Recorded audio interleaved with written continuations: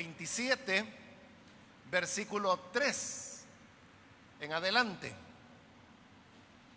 Entonces Judas, el que le había entregado, viendo que era condenado, devolvió arrepentido las 30 piezas de plata a los principales sacerdotes y a los ancianos, diciendo: yo he pecado entregando sangre inocente.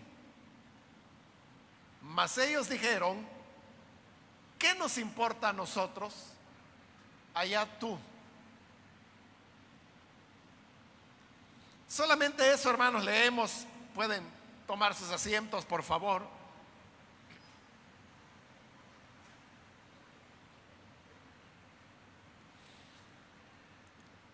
Hermanos, en esta ocasión hemos leído ya esta parte casi final del Evangelio de Mateo, donde encontramos que Judas había traicionado al Señor Jesús. Esta traición tuvo su base en el hecho de que las autoridades religiosas tenían una preocupación, y era de que Jesús era una persona muy popular. Las personas lo veían con agrado, les gustaba la manera como él enseñaba, y la gente en general sabía que él decía la verdad. Y por eso eran multitudes las que iban detrás del Señor, y no solamente por el hecho de la manera como él enseñaba, sino también por los hechos milagrosos que ocurrían, sanando a los enfermos, liberando endemoniados. De manera que las autoridades veían muy complicado poder capturar al Señor y que eso pudiera repetir o producir una respuesta desfavorable de las personas que salieran a defenderlo, que se armara un alboroto. Y por eso ellos lo que necesitaban era saber cómo detenerlo, pero en un momento cuando las personas no se dieran cuenta. Esto parecía muy difícil, porque el Señor Jesús siempre estaba rodeado de personas, siempre las multitudes lo aplastaban, como dice la Escritura, y ellos no sabían cómo poderlo encontrar solo para detenerlo. Pero es ahí donde aparece Judas, y él era una persona valiosa en el sentido de que pertenecía al círculo íntimo del Señor. Era uno de los 12, y entre los 12 él era el tesorero, es decir, una persona que había ganado la confianza del Señor y de los otros discípulos. Por lo tanto, él conocía cómo era la vida del Señor, cuáles eran sus hábitos, qué es lo que él acostumbraba a hacer. Y con ese conocimiento es que Judas se presenta delante de los sacerdotes y les dice que él está dispuesto a entregárselos, porque Judas tenía esa información de cuál era el mejor momento para poder detenerlo sin que la gente se enterara. Entonces las autoridades religiosas, los sacerdotes, los ancianos, se mostraron muy interesados y llegaron a un acuerdo con Judas de entregarle 30 monedas de plata a cambio de la información que les daría. Judas accede, y entonces él pone en venta la información, el conocimiento que tenía de cómo poder detener al Señor sin que se hiciera alboroto. En ese momento Judas se sentía importante porque las autoridades lo veían como la persona clave que conocía la vida interior del grupo de Jesús. Y eso era cierto. Eso no todos lo sabían, era solo la gente que andaba con el Señor y particularmente los 12 discípulos. Entonces, cuando él se siente recibido por las autoridades y además de eso le están ofreciendo una recompensa por la información, se siente halagado y esto lo hace deslizarse en el error y toma la decisión de entregar esa información a cambio del dinero que le habían ofrecido. Entonces le entregan las 30 monedas de plata y Judas les entrega la información y les dice: el mejor momento para capturarlo es al atardecer, cuando haya terminado la cena, porque Judas sabía que Jesús tenía un hábito, y es que siempre después de cenar él se iba a orar. Y al estar en Jerusalén, no solo el Señor se iba a orar después de la cena, sino que Judas sabía a dónde lo hacía. Y lo hacía en un lugar donde habían olivos en el campo, que era conocido como el huerto de Getsemaní. Pero esto, como acabo de decirlo, era en el campo. Allí no había luz eléctrica, todo iba a estar oscuro porque era ya al anochecer. Entonces el gran problema ahora era cómo iban a poder reconocer a Jesús siendo de que era de noche que lo iban a detener. Entonces fue que Judas les dijo: eso no es ningún problema, yo a él lo reconozco hasta en la más densa oscuridad. Quedemos en esto, yo voy a llegar y lo voy a saludar con un beso, y a ese a quien yo bese ustedes van a saber que ese es Jesús. ¿Les pareció bien el plan? Y quedaron de esa manera. Y efectivamente esa noche, tal como Judas lo había dicho, él se levantó de la cena antes de terminar, porque tenía que ir a llamar a los soldados, a los guardias del templo, para que detuvieran al Señor.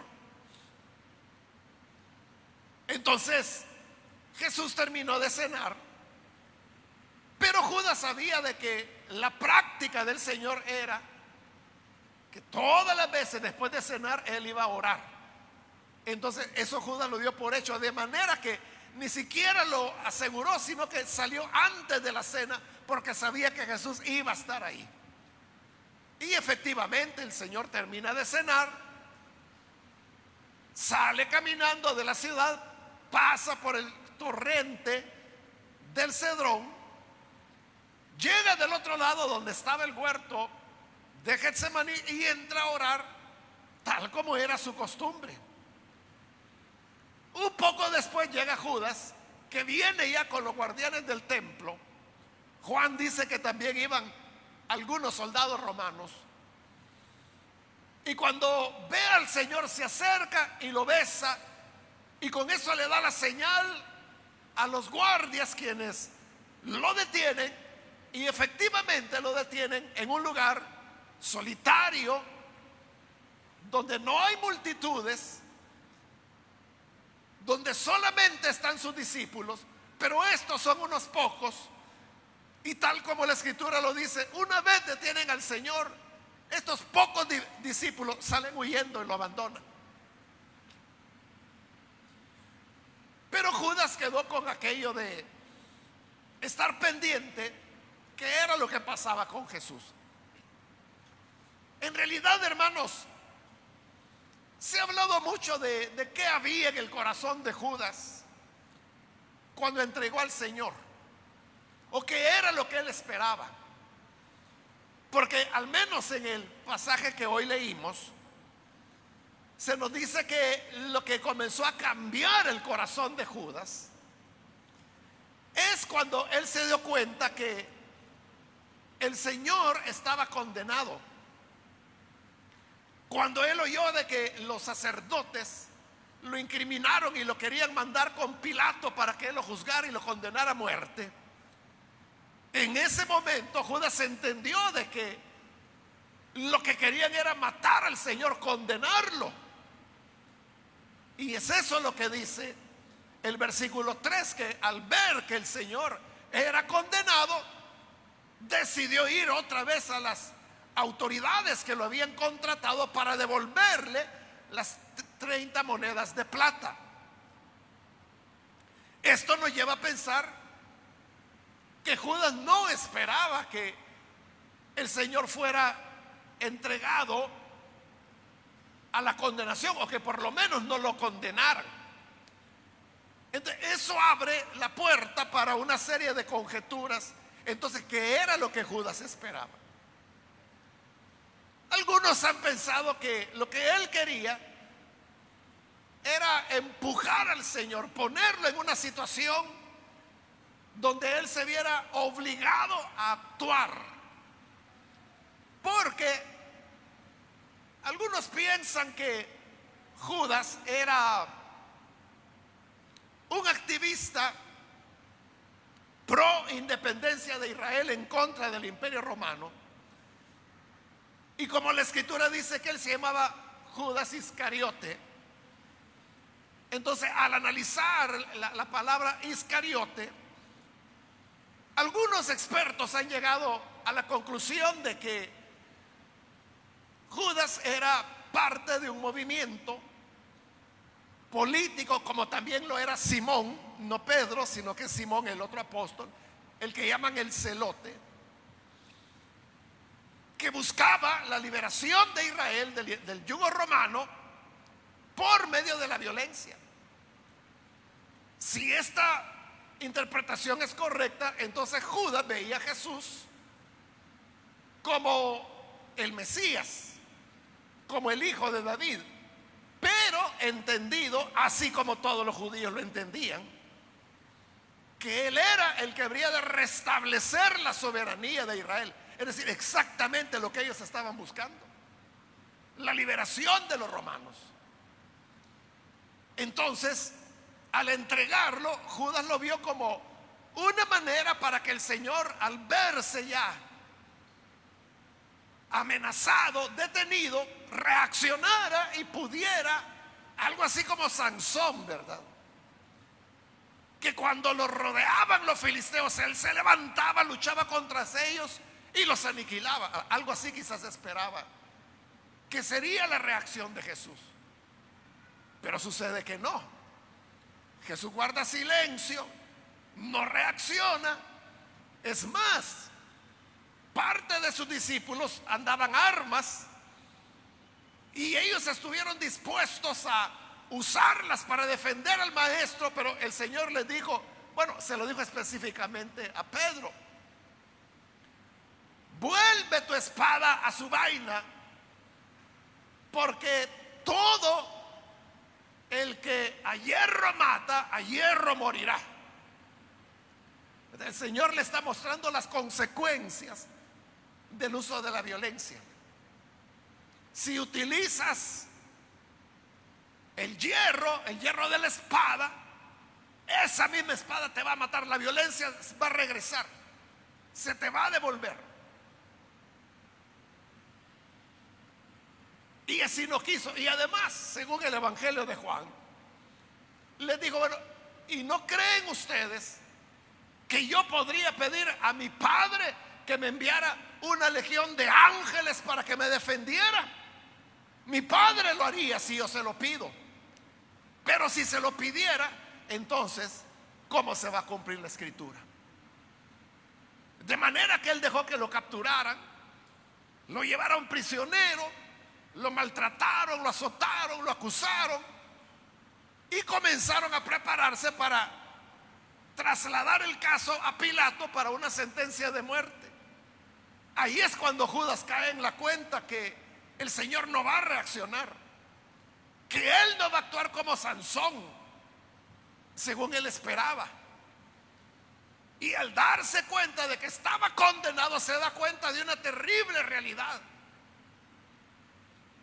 Y es que Él ha sido el medio para que ahora el Señor esté capturado y camino a ser ejecutado.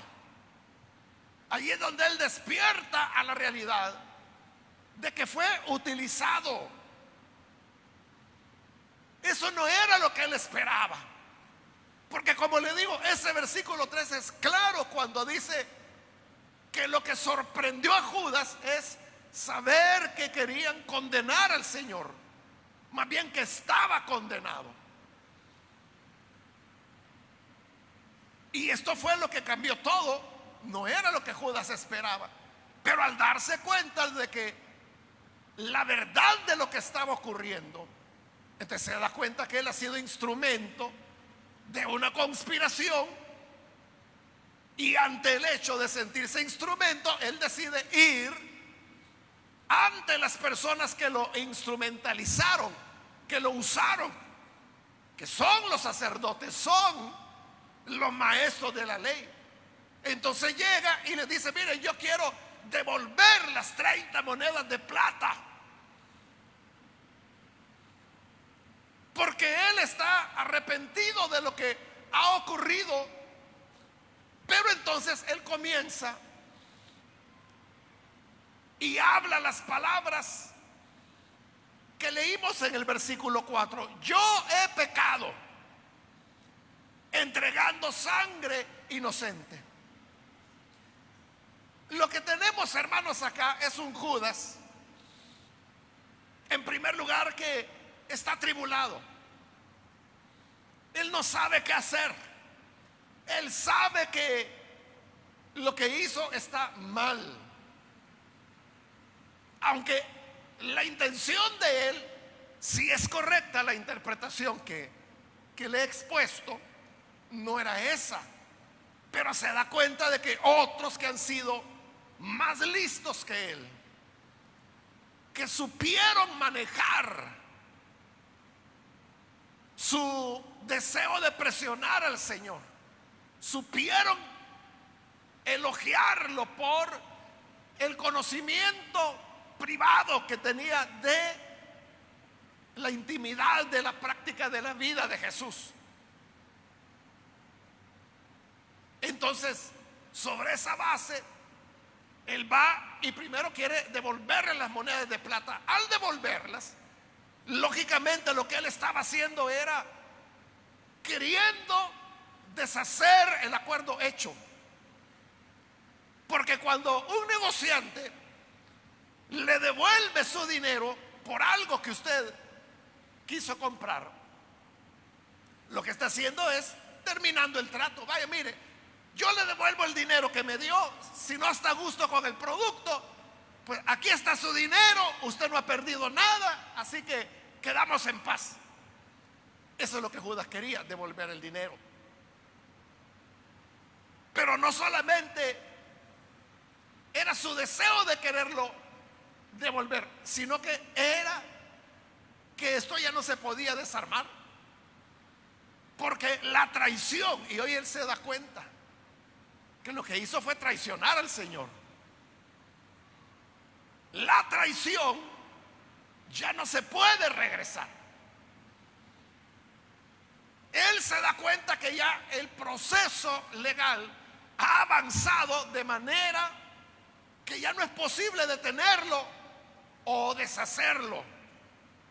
Pero él está tratando de hacerlo. En eso se refleja la tribulación que él vivía. Cuando uno sabe, hermano, que se haga lo que se haga, ya no hay respuesta, ya no hay manera de solucionar la situación. Y entonces, ante eso, se pueden tratar maneras, pero en el fondo uno sabe que ya no hay salida, no hay retroceso. Y esto es lo que hacía sentir a Judas atribulado. Pero en segundo lugar también vemos que Judas se da cuenta de lo que ha hecho. O sea, hasta que ya lo hizo, se está dando cuenta de lo que ha hecho. Y él lo dice: he pecado entregando sangre inocente. Al decir sangre inocente, él sabe que el Señor es inocente. Él no es nada de lo que lo están acusando, porque fue una acusación doble. Las autoridades religiosas lo acusaron de ser blasfemo, pero Judas sabía que eso no era cierto. Y la acusación que le van a hacer delante de Pilato ya es una acusación política de que él era un subversivo.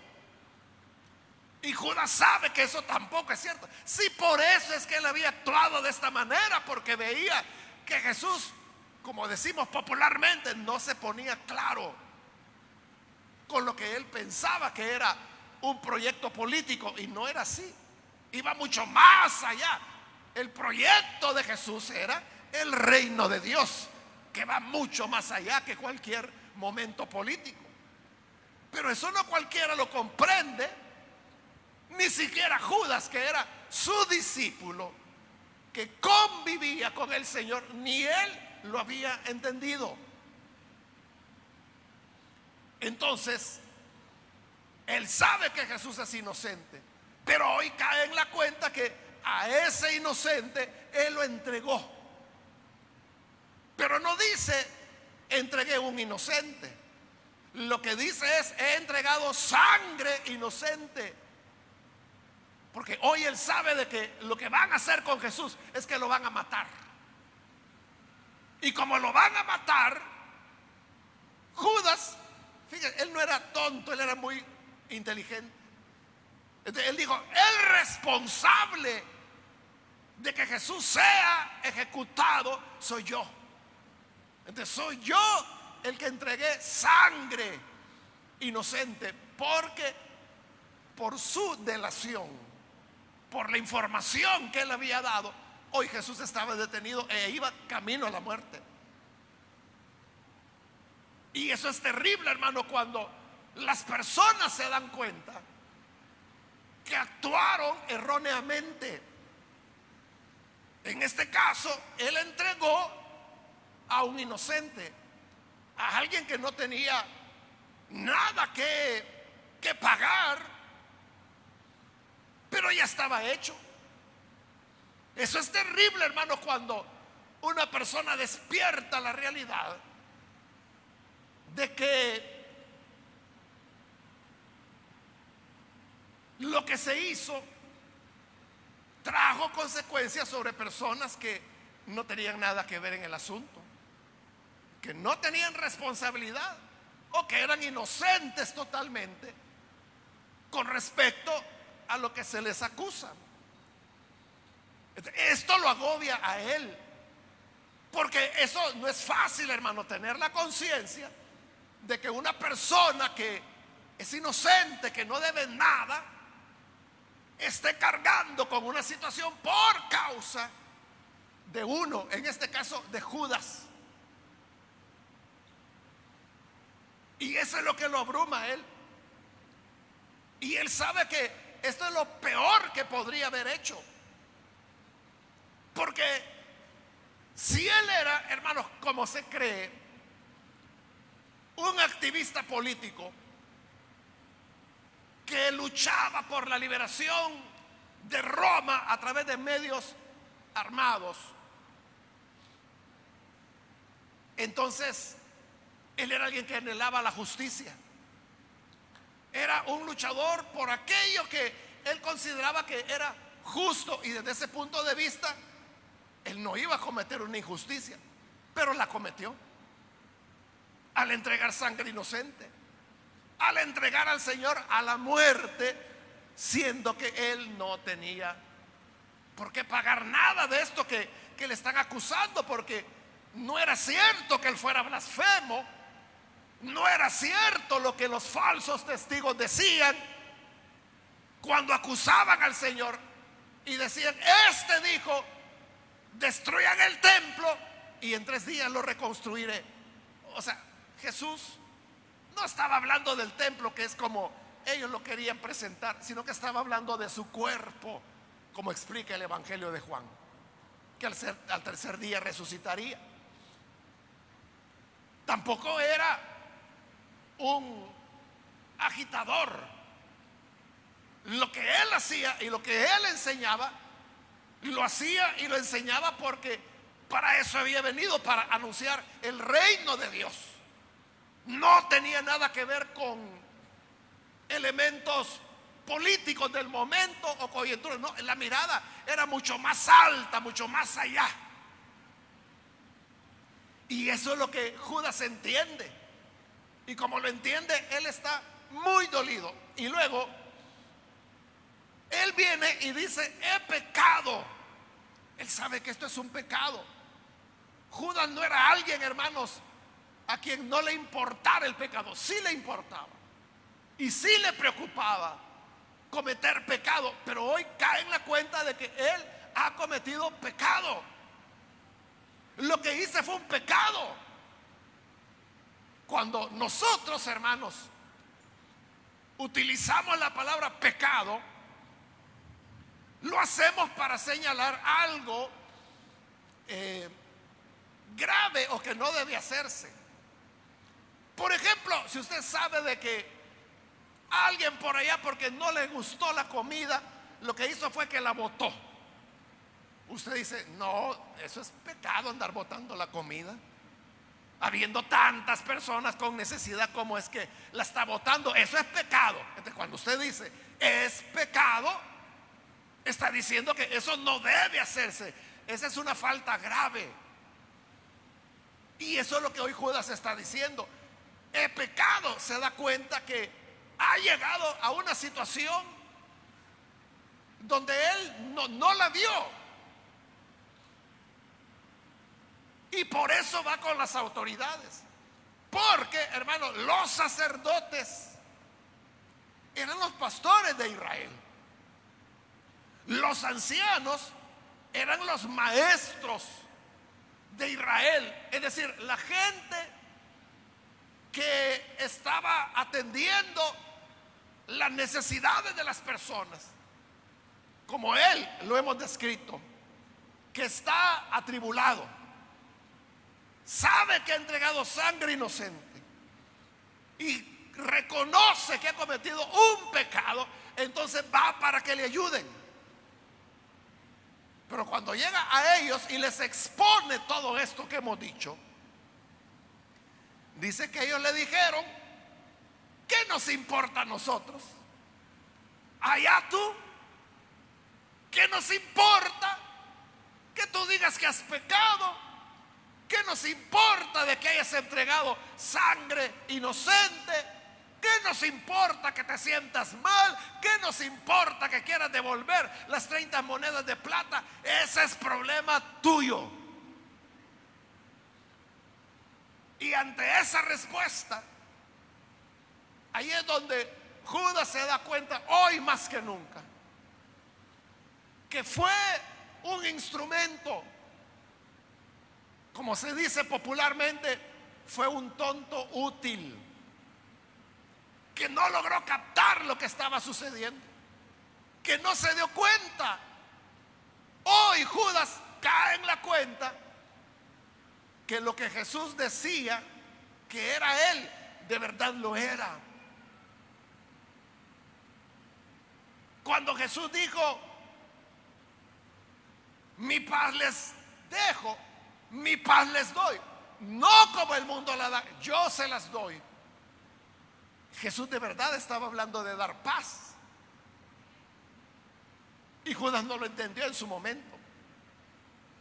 Cada vez que él hacía una maravilla, le decía a las personas: no le digan a nadie que yo lo hice. Y entonces Judas oía que Jesús no quería que la gente supiera que él era el Cristo. Pero Judas decía, pero ¿por qué no? Si él es el Cristo. Pero él les encomendaba encarecidamente, no se lo digan a nadie. Y la gente a veces seguía el consejo, a veces hacían el escándalo que era Jesús quien les había sanado. Pero hoy Judas se da cuenta que cuando Jesús les decía no le digan a nadie, de verdad él no quería que le dijeran. No era que estuviera mostrándose como muy humilde, no, de verdad no quería que la gente lo supiera, precisamente para que no se precipitara lo que hoy Judas precipitó. Por eso le digo, se da cuenta de que Jesús de verdad era lo que él decía que era. No era que Jesús fuera diplomático, no es que Jesús fuera un gran malabarista con las palabras y que sabía decir las cosas de tal manera que decía vedadamente lo que de verdad quería decir, pero lo ocultaba. No, no era así. Lo que él decía era lo que quería decir.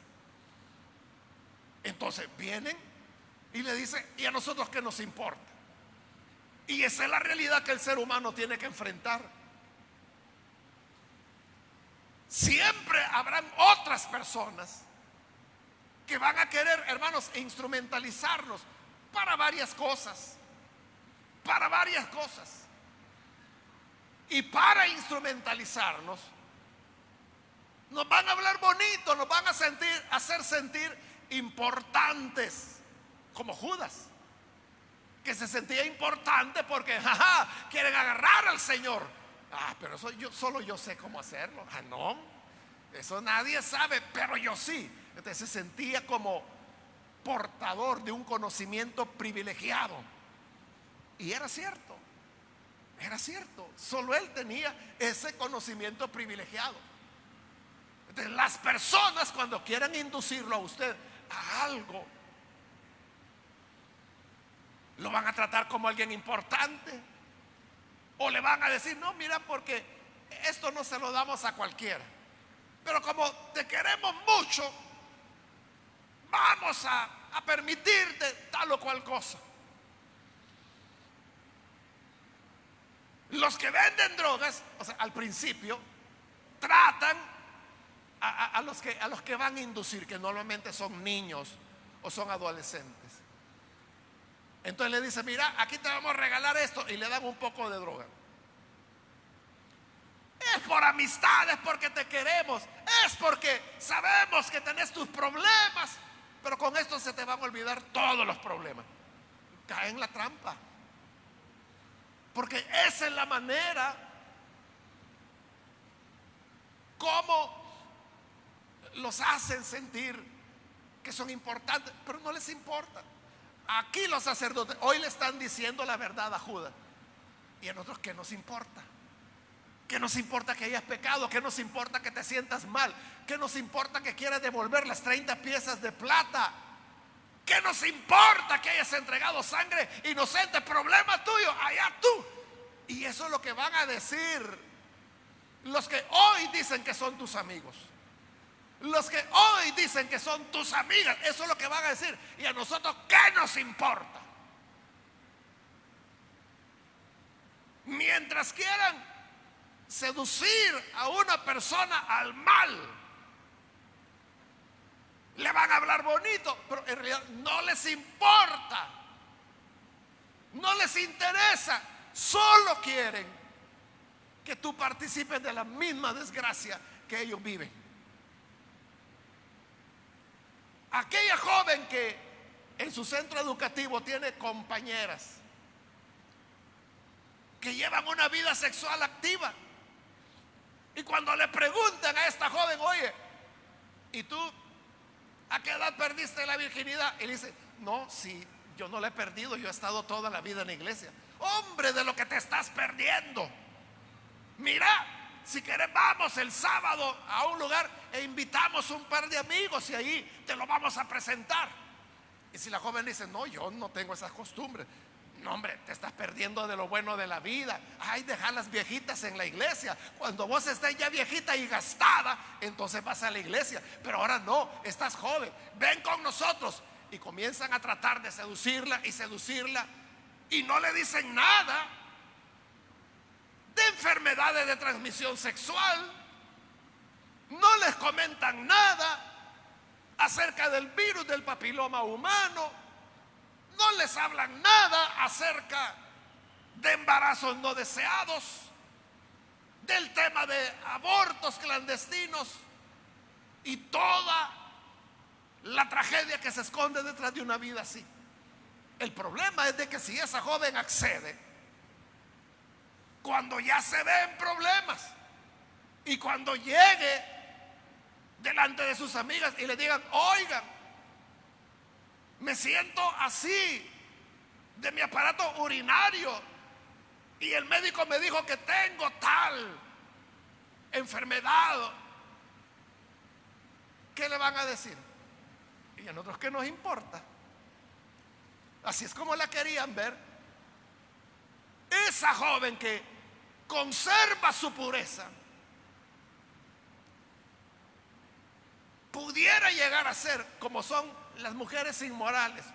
Puede llegar a serlo, pero esas mujeres inmorales jamás van a poder ser como es ella, con su integridad. Entonces, ¿qué es lo que tú prefieres? Llegar a ser como ellas, perdiendo para siempre lo que ellas también perdieron hace muchos años. Un día conocerás a alguien y dentro de la seguridad y la estabilidad que el matrimonio concede, podrás llevar una vida sexual normal, pero sin necesidad de haber caído en la promiscuidad o la inmoralidad, peor en el adulterio. Pero hay de aquellas que se dejan llevar por la situación y cuando llega la hora de la verdad le dice, ¿y en nosotros qué? O el joven que ha sido tan insistente y que le dice, no, es que eres la única para mí solo hay una princesa y esa eres tú, nunca te voy a dejar. Si tengo que atravesar mares, si tengo que nadar ríos, si tengo que subir montañas, si tengo que ir a la luna, yo lo haré por ti. Y entonces viene ella y le cree. Y cuando finalmente se entrega, viene y luego le dice, fíjate que tengo un atraso en mi periodo. Y entonces le dice, a saber con quién te metiste. ¿Cómo que con quién me metí? Si tú eres el único. Yo no sé,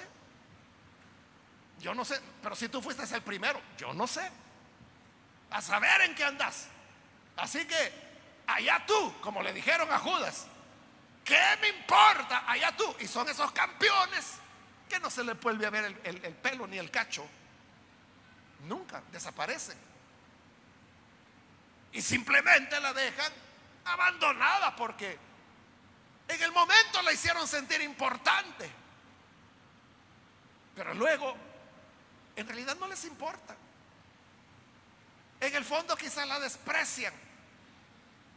Muchos llevan a señoritas a la cama y no lo hacen por amor ni por interés, lo hacen por desprecio, para hundirla o para andarle contando a los otros amigotes la proeza que hicieron al acostarse con la fulanita que decían que era tan de iglesia que ni un ángel la tocaba.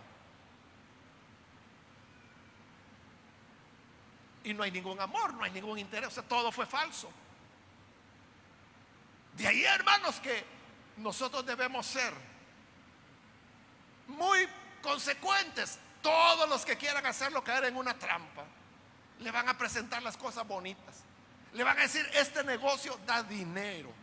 Y le cuentan la historia del fulano que no tenía nada, pero que invirtió un poquito. Y mire, ahora es el dueño del almacén tal, tiene estos edificios, ha comprado estas casas y tiene hasta una distribución de vehículos por ahí. Y todos se lo presentan bien. para que usted se involucre, pero usted no sabe en qué se está involucrando. Eso, hermano, es igual que las personas que se prestan para mover droga. Las mulas, que le llaman así popularmente, y le llaman mulas porque es eso, ¿verdad? La ven como animales de carga. Normalmente son mujeres, pueden ser hombres también. Entonces son mujeres pobres, hombres pobres, desesperados, que viven ahí en Colombia, y que le dice: pero mire, ¿por qué usted está en angustia? Usted puede ganar $5,000 y además de eso le damos un viaje a Europa.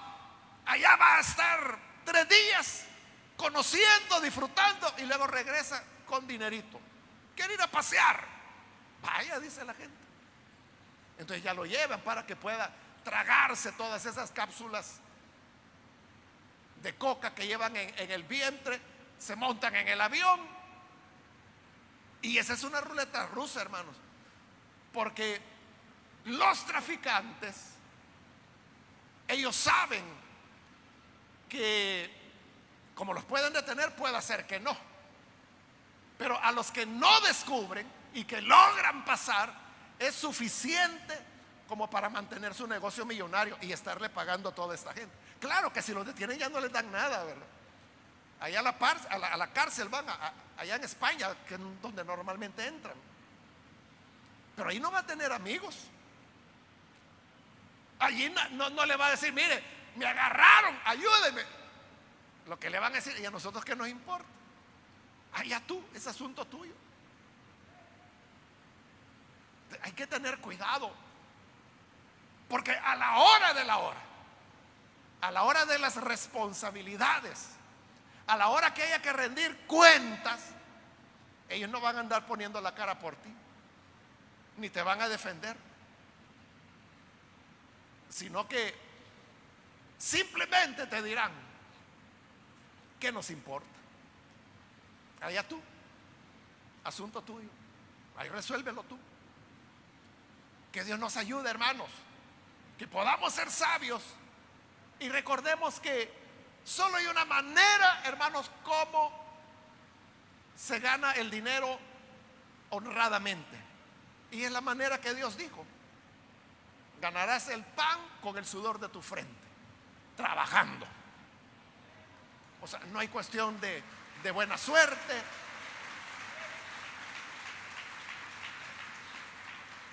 No hay gangas en la vida. Cuando alguien venga y le diga: mire, usted invierta tanto y en 2 semanas va a tener el triple, ese es un estafador, lo que quiere es robarle. Y cuando usted venga a reclamar: mire, usted me dijo que iba a ganar el triple, lo que le va a decir es: ¿y a mí qué? ¿Qué me importa? Problema suyo. ¿Para qué anda creyendo, pues? Y el que se mostró amigo, hoy lo ve con desprecio. Así que, hermanos, cuidémonos en todas estas cosas para que después no tengamos que lamentarnos. Como estos que eran los pastores de Israel, lo trataron mal a Judas. Problema tuyo, le dijeron. ¿Qué nos importa? Si los pastores le decían así, ¿qué remedio le quedaba a Judas? Salió de allí y se fue a matar. Se ahorcó, se suicidó. Aun cuando el suicidio para los judíos no era una opción, no era bien visto. Por eso, hermanos, es de que si usted ha leído alguna vez o ha escuchado de un hecho histórico que se dio al final de la guerra entre Israel y Roma, el templo fue destruido en el año 70, pero la guerra continuó hasta el año 73. En el año 73 es cuando finalmente las fuerzas israelitas son derrotadas por las legiones romanas y lo derrotan en un cuartel que se llamaba y se llama todavía Masada. Allá está en Israel. Hoy es un lugar turístico. Eran los últimos que quedaban ya. El país había caído. Y cuando finalmente los romanos logran entrar a la ciudad, los encuentran a todos muertos. porque ellos habían tomado esa decisión, que mejor muertos antes que ser esclavos de los romanos.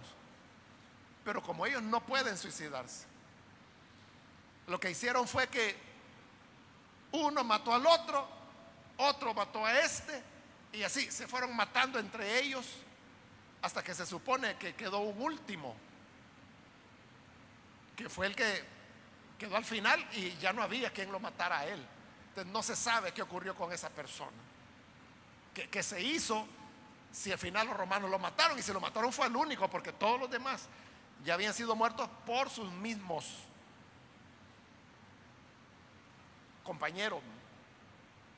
Entonces eso le muestra a usted cómo el suicidio era lo último. O sea, eso ni lo pensaban, pero si Judas lo hizo, eso expresa la desesperación en la cual él se encontraba.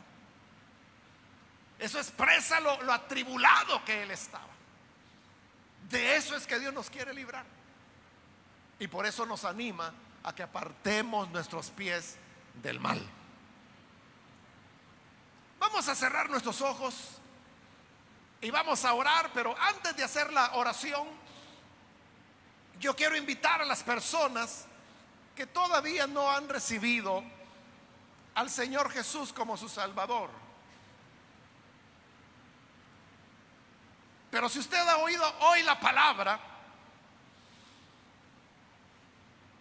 y usted siente que su corazón ha sido tocado, esa es la gracia de Dios quien le está invitando, le está animando a venir. Y por eso yo quiero abrir la oportunidad para aquellas personas que necesitan recibir al Señor Jesús como su Salvador.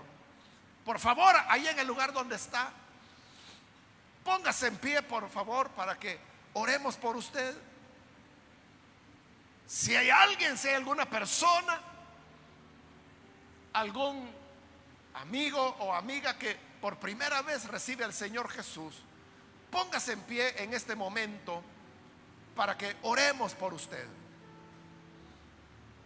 Necesita venir, acérquese. Queremos orar por usted. ¿Hay alguna persona que lo hace? Venga.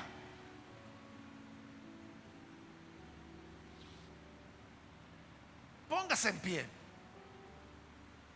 El mundo y los amigos siempre le van a hablar maravillas. Siempre le van a decir: ven, goza, disfruta tu juventud. Pero cuando vengan las consecuencias, entonces te dirán: ¿y a mí qué me importa el lío en que te hayas metido? Ahí ve cómo salís, asunto tuyo. Vos te metiste, ahí ve cómo salís. Pero si viene a Cristo, Él nunca lo abandonará. ¿Quiere recibirlo? Póngase en pie en este momento.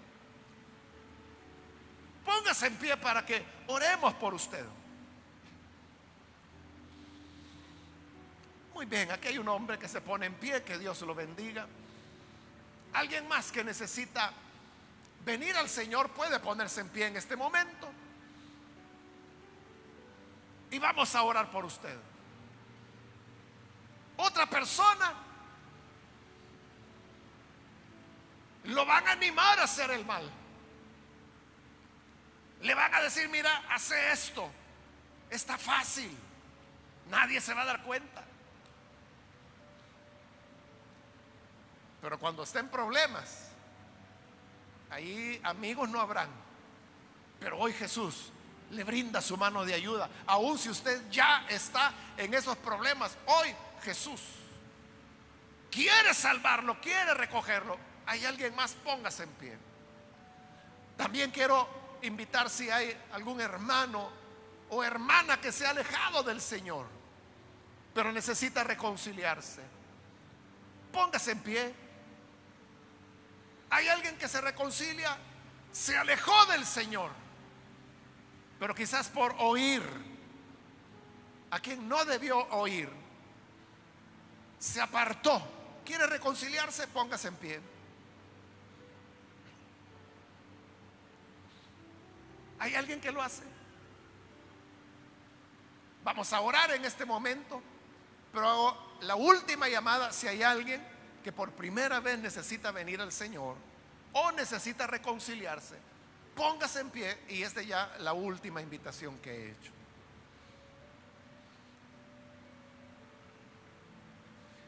A usted que nos ve por televisión, quiero invitarle para que se una con esta persona que aquí está recibiendo al Señor, ore con nosotros y reciba la vida que Él ofrece. Señor, te damos las gracias por tu palabra y tu verdad. Presentamos esta persona que aquí, en este lugar, se está entregando a ti, como también por aquellos que a través de televisión, radio o internet hoy abren sus corazones para recibirte como Salvador. Perdónales, Señor, lávales con tu sangre, que puedan llevar una vida recta, una vida como tu Señor la deseas para nosotros, una vida plena, sin temores, sin riesgos. Guárdales a ellos y guárdanos también a todos nosotros, de manera que no oigamos a las voces engañosas, aquellos que en realidad no les importamos, sino solo quieren usarnos. Guárdanos, ayúdanos a ser sabios, ayúdanos a ser prudentes y a no dejarnos presionar por lo que digan los demás, sino que vivamos nuestras convicciones en plenitud. Por Jesucristo nuestro Señor lo pedimos. Amén y amén.